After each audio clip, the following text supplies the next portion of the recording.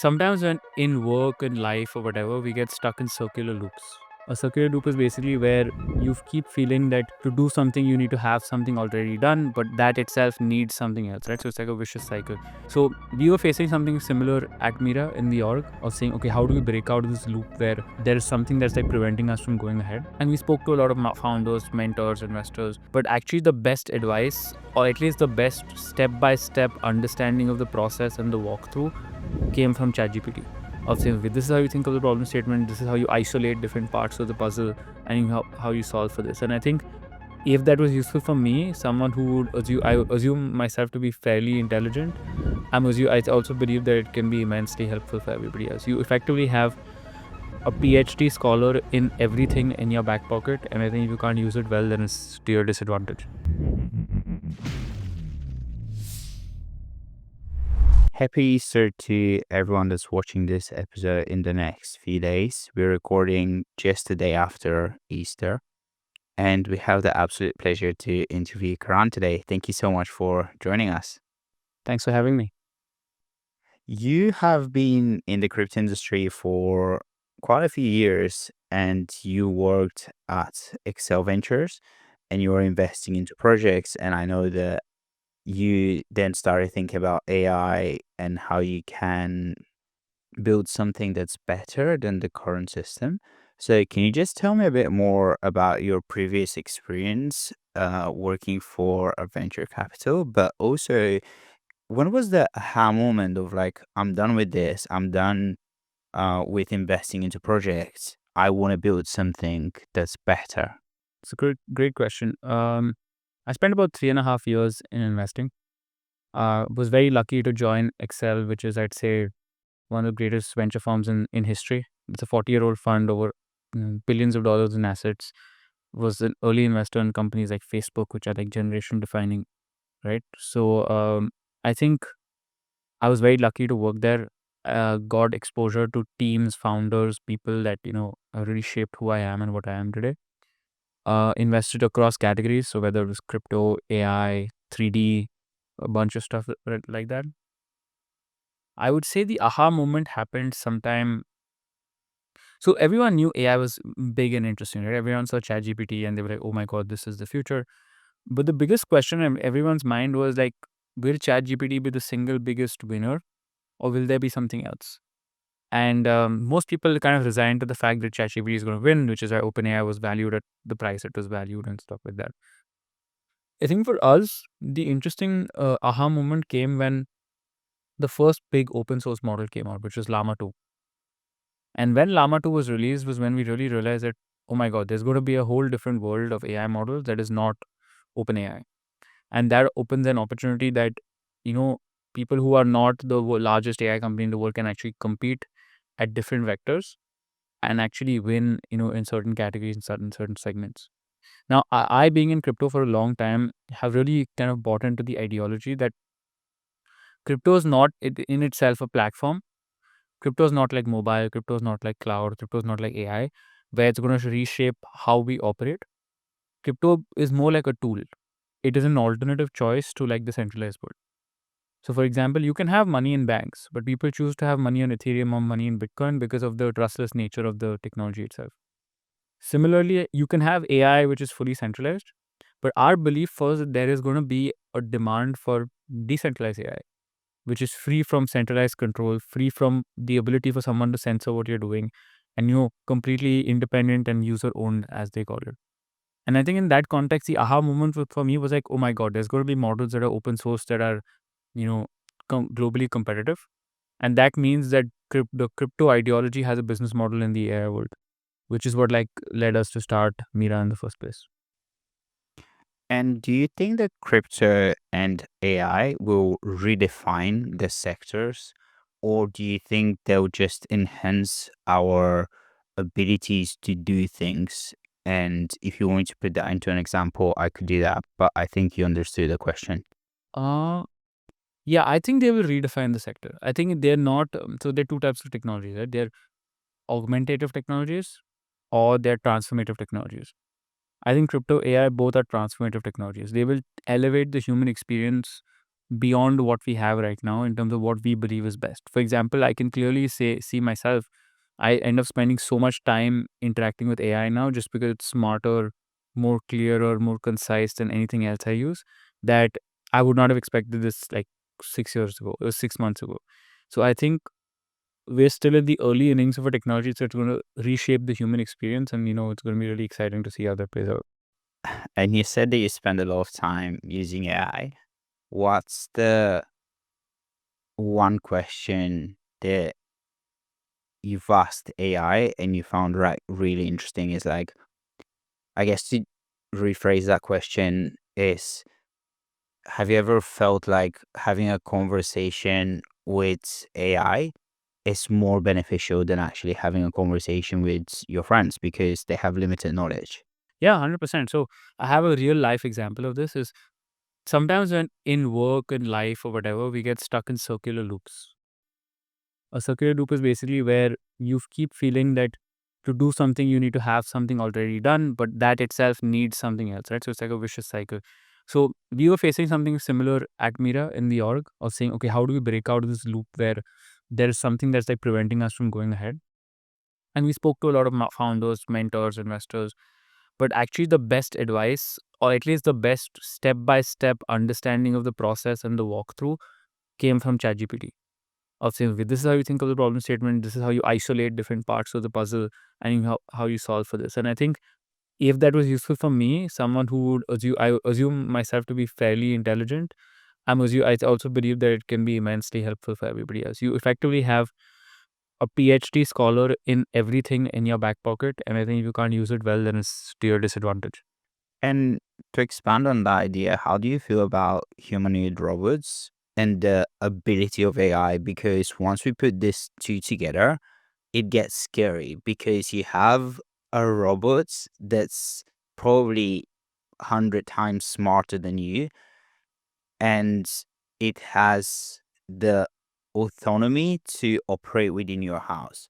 Like, what I'm thinking of is like Optimus, and I know that they're quite expensive now, but there is a high probability that the average family will be able to afford one of those within 5 years. Oh yes, 100%. I think so far AI has mainly existed as an it's basically doesn't have form, right? It's software. So it doesn't come across as harmless because you don't have a face to it.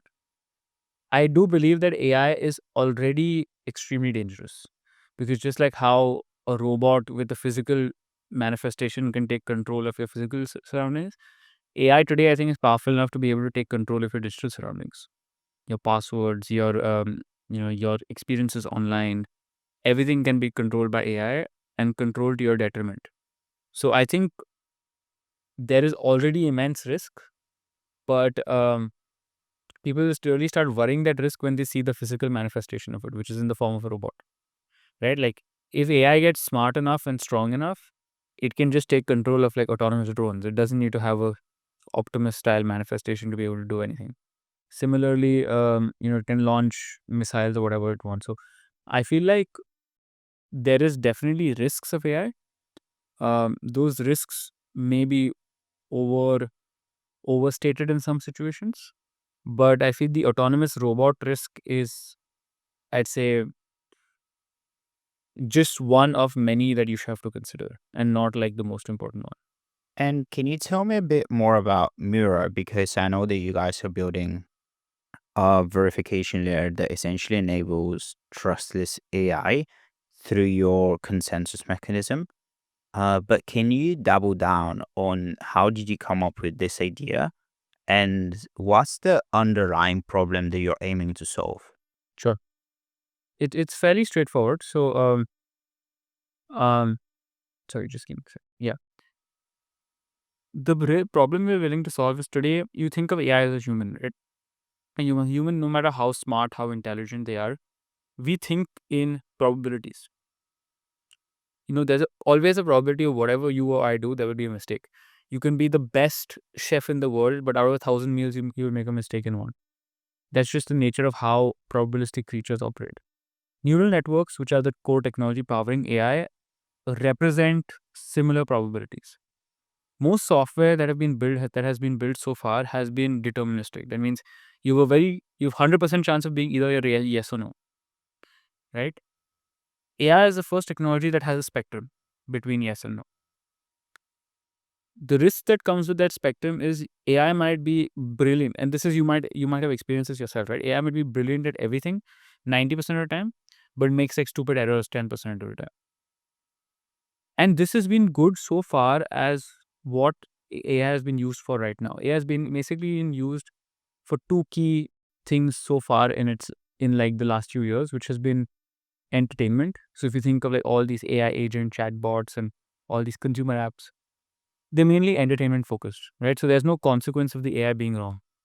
And the second key risk is actually the second key area where they be used for is co-pilots.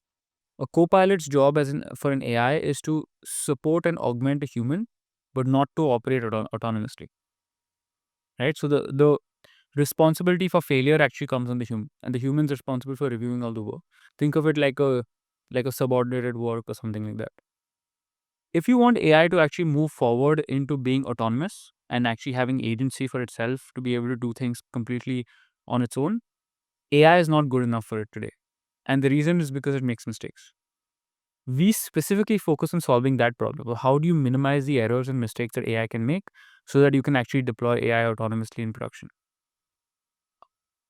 How we do that is actually we use a very interesting idea called wisdom of the crowds, where the collective wisdom or the collective decision making of a group, which is generally diverse, is much better than the individual decision making of any single member.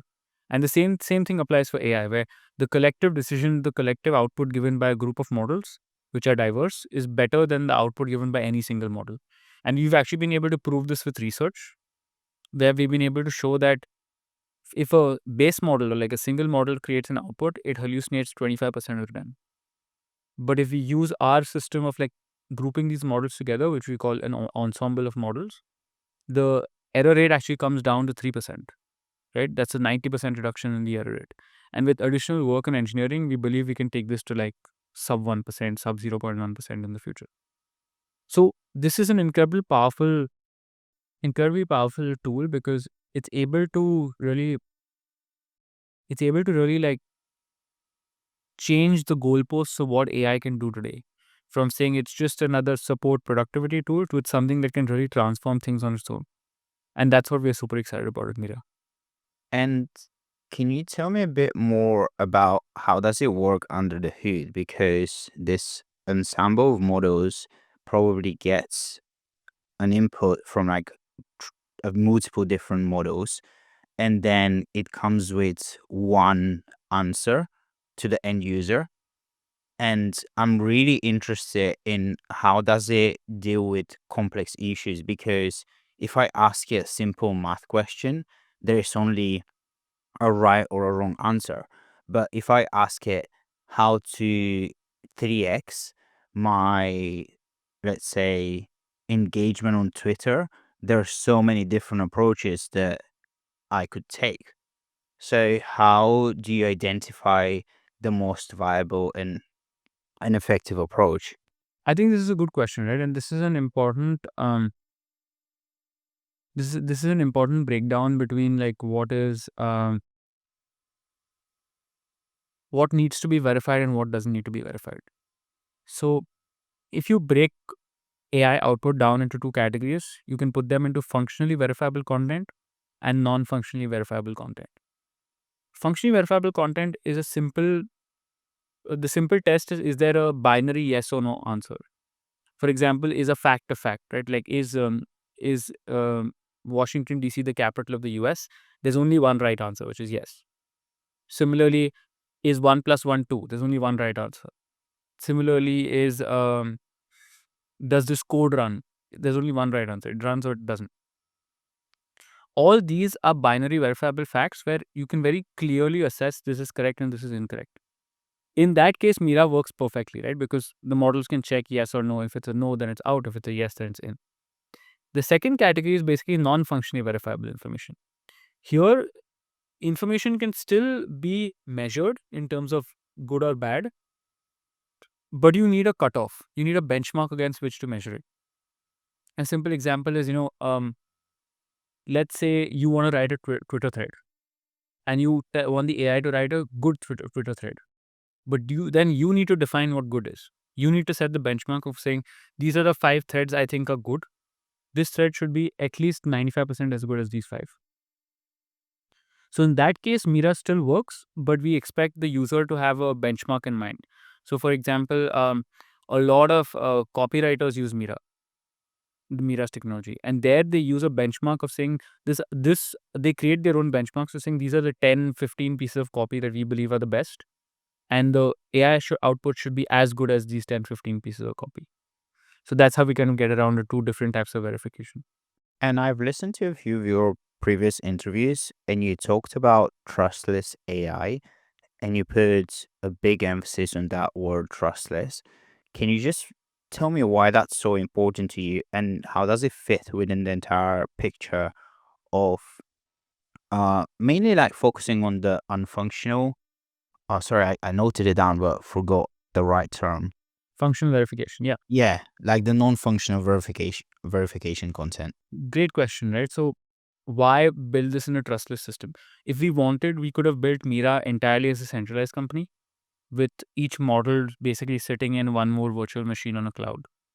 But if you think about what we're creating value for, we're creating value for trustworthy intelligence, where you as a user don't need to worry about whether the output is accurate or not, right? The corollary to trust is itself verification. It's the ability to audit, right? You will trust something only after 2-3 times you've seen the inner workings of it, and then you're like, why do people trust Bitcoin? Because they can see every transaction on chain at any point of time, right? And if you see that enough and you see it working enough amount of times, then you build trust as an individual into that system. It's very similar for us, right? If we were built as a fully centralized entity, then people would have to trust me as the founder, saying this guy knows what he's doing. This guy is not lying about the quality of the output, because they would not be able to see inside the tech. They would not be able to see how the consensus is happening. But as we built this as a trustless protocol, the most important thing is that you can actually see what's happening, in the protocol itself. You can see what the output was. You can see what the consensus was with being modeled, whether it was approved or rejected, and you can see what output went back to the end user. So there's a very clear audit trail that you have available. The second is, Sorry, can you just, and does everyone have access to that audit trail? Could I say it as a user, or can you tell me a bit more about it?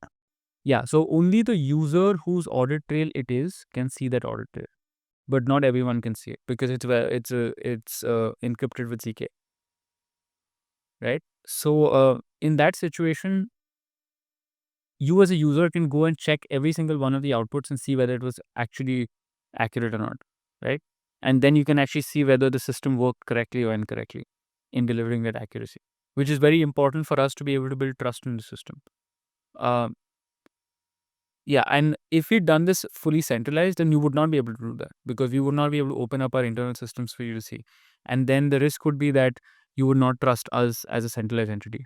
And you also wrote a blog post about the why you need crypto economics and why they're essential to build unbiased AI.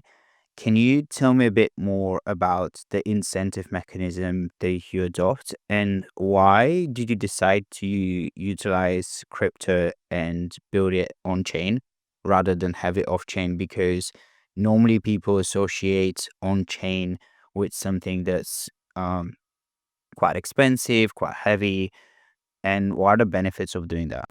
It's a good question. I think to answer this, let's go back in history a little bit and understand why oracles existed, right? So if you think about any contract in the world, it usually executes on the happening of a particular event, right? So for example, if it's an insurance contract, it can be maybe on the occurrence of a particular insurance transaction. If it is a derivative contract, it executes based on a particular price and a bunch of different things. The biggest risk you carry with any of these contracts or any of these actions is that the event itself is fraudulent. For example, in insurance, So Chainlink, for example, was actually built to support insurance companies, where an insurance contract should be verifiable on, like, the event underpinning the insurance contract. For example, if it's a death or if it is your house burning down, it should be underpinned with a reliable source of data. And the idea of an oracle came up when they said that in order to be the data provider, you actually have to stake some assets. And if in case you're proven to have incorrectly provided data, then you're going to lose the assets that you staked. So there's skin in the game for the person actually providing the data that underpins the contract. The similar thing happens even in crypto today, right? Like liquidation prices or derivative contracts are based on the spot price, which is usually given by an oracle. And the oracle can sometimes fail, in which case the oracle actually has to forfeit assets that they've put up front. The same thing can happen to AI, right? In AI, the inference or the activity of generating output is solely dependent on the provider of the model. And sometimes the provider of the model can fail, right? They might be telling you we're giving you GPT-4o, but instead might be giving you GPT-4o mini. Or they might be like, you might be asking them a lot of yes no questions, and they might not even be running a model and just arbitrarily giving you yes no answer. In that case, the user has no recourse to that provider. The provider does not put anything at stake. The provider has nothing to lose. They will optimize for what is in their benefit, which is maximizing their PNL. Which is why crypto economic incentives become so important in the world of AI. Because if AI is going to dominate almost every part of social and economic activity, the providers of the intelligence have to have skin in the game. They have to have loss if in case they don't operate in the way that the user intends them to, which is what we do with our crypto economic system, where any provider who wants to participate in the network and generate demand from the network has to actually stake assets to participate. And if in case they're found to be negligent or fraudulent, they actually lose a share of that stake that that they put up in the first place. And that ensures that there's high degree of resilience of who's a good provider, bad provider, as well as builds reputation in the long term, right? This provider has actually not committed any mistakes for like 1 year, 2 year, 3 years, etc. And how do you choose your providers? Because I checked your bot and I know the ChatGPT is one of them and Lima is the other one. Do you have a contract with them, or because they're open APIs, you can just plug into those? Can you tell me a bit more about the providers? So that's a good question. So there's a difference between a provider and a model. A provider is someone who runs the Mira client and runs a node of Mira. And the model is basically the model that the provider is running. So for example, we have about 6 or 7 providers. These include some of the largest deeper networks in crypto, for example, Ionet, Aether, etc. Uh, these guys basically run multiple models as one provider. So the models can be GPT-4o, they can be Llama, they can be Claude, etc.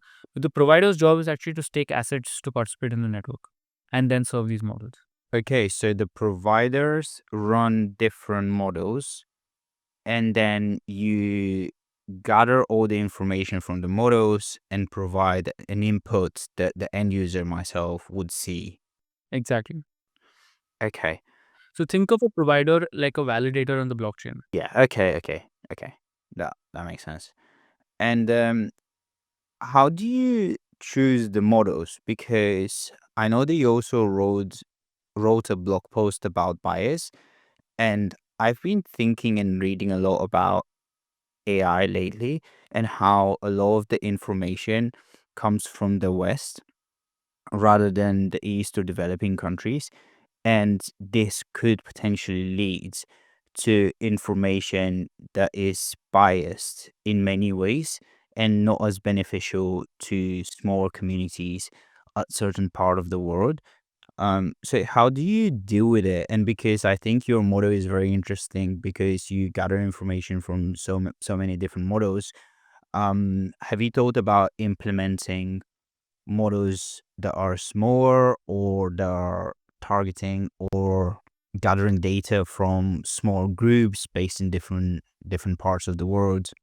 I think we think of ourselves as a collective of models that work together with each other to counteract bias. So, for example, if one model is being too biased towards a particular region, then you have other models that actually can put checks in place to prevent that from happening and going further.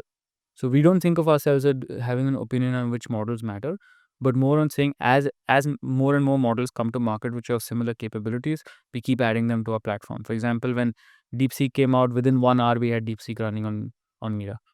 Okay.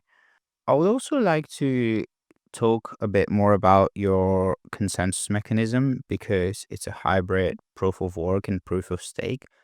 So, can you tell me a bit more about the rationale behind it? Why did you choose that rather than going for a proof of stake, as proof of work could require a high amount of energy? There are downsides to it, or yeah, what's the benefit of having both of them?